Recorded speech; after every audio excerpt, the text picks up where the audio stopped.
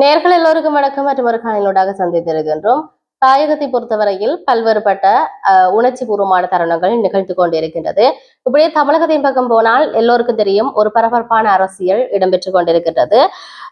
தமிழகத்தை பொறுத்தவரையில் தனி தமிழீழத்தை தமிழக அரசு ஆதரிக்க வேண்டும் என்று சொல்லி விசிக சட்டமன்ற குழு தலைவர் வன்னி அரசு தமிழக அரசிடம் வேண்டுகோள் விடுத்திருப்பதை நாங்கள் பார்க்கக்கூடியதாக இருக்கிறது. தமிழக சட்டப்பேரவையில உரையாற்றிய போதுதான் வன்னி அரசு இவ்வாறு குறிப்பிட்டிருக்கின்றது.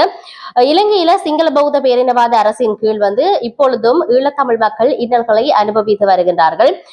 கால் நூற்றாண்டு காலம் ஈழத்தமிழ், அதாவது ஈழ தந்தை செல்வா காந்தியின் அகிம்சை வழியில ஈழத்தமிழ் போராட்டத்தை நடத்தி இருந்தார்கள். அவரை தொடர்ந்து பிரபாகரன் ஆயுதமேந்தி தமிழ் தேசிய போராட்டத்தை முன்னெடுத்திருந்தார். ஆனால் கடந்த 2009ஆம் ஆண்டு மே மாதம் இந்திய அரசுடன் உலக நாடுகள் சேர்ந்து தமிழ் ஈழ போராட்டத்தை முடக்கியிருந்தன. தமிழர்கள் இனப்படுகொலை செய்யப்பட்டார்கள். இது யாரும் மறைக்க முடியாது, மறுக்கவும் முடியாது. ஈழத்தமிழர்களின் அரசியல் தேவைகள் நிறைவேற்ற இந்திய இலங்கை அரசு ஒப்பந்தம் ஒன்று கொண்டு வர வேண்டும் என்ற விடயத்தை சொல்லியிருக்கிறார்கள்.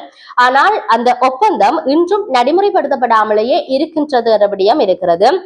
எனவே தற்போது புதிதாக அமைக்கப்பட்டிருக்கின்ற தமிழக அரசு தமிழ் ஈழத்தை மீட்டெடுப்பது, ஈழ தமிழர்களின் சுய நிர்ணய உரிமையை ஆதரிக்கும் வகையிலான முயற்சிகளை மேற்கொள்ள வேண்டும். மே 18 அன்று ஈழத்தமிழ் ஈழ கனவோடு உயிரிழந்தவர்களுக்கு, ஈழ கனவுகளோடு உயிரிழந்தவர்களுக்கு வணக்கம் செலுத்தி நிகழ்வில் தமிழக அரசு பங்கேற்க வேண்டும் என்ற விடயம் சொல்லப்பட்டிருக்கிறது. தமிழ்நாட்டின் ஈழத்தமிழர்களுக்கு முந்தைய அரசு நிறைவேற்றிய திட்டங்களை தற்போதைய ஆட்சியிலும் தொடர வேண்டும் என்ற விடயத்தை சொல்லி இருக்கின்றார்கள். இதையும் தாண்டி தமிழக முதலமைச்சர் ஜோசப் விஜய் இந்திய இலங்கை மீனவர் விவகாரத்துல முன்னாள் முதலமைச்சர் ஸ்டாலின் பின்பற்றிய அதே அணுகுமுறையை பின்பற்றுவதாக இலங்கை மீனவ மற்றும் தொழிலாளர்களின் கூட்டமைப்பின் தேசிய அமைப்பாளர் NV சுப்பிரமணியம் தெரிவித்திருப்பதை பார்க்கக்கூடியதாக இருக்கிறது.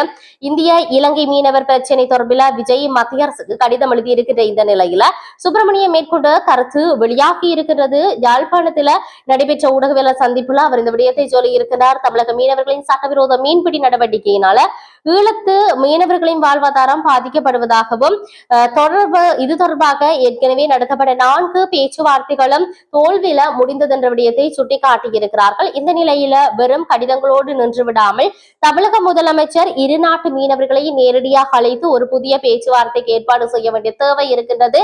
ஆகவே எங்களுக்கு சுமூகமான ஒரு தீர்வு வேண்டும் என்ற விடயத்தை சொல்லி இருக்கின்றனர். முதலமைச்சர் விஜய்க்கும் யாழ்ப்பாணத்துக்கும் இடையிலான உறவு முறை பின்னிணைப்பை நினைவு கூர்ந்த அவர் பழைய அரசுகளின் வழிமுறைகளை தவிர்ப்பது இந்த பிரச்சனைக்கு ஒரு நிரந்தர மற்றும் சாதகமான தீர்வை விஜய் பெற்றுத்தர வேண்டும் என்ற நம்பிக்கையை வெளிப்படுத்தி இருக்கிறார்கள். இதேவேளை இந்திய மீனவர்களின் அத்துமுறையை தடுக்கவே நீதிமன்றத்தை நாங்கள் நாடி இருக்கிறோம் என்ற விடயத்தை சொல்லியிருப்பதை நாங்கள் பார்க்கக்கூடியதாக இருக்கிறது.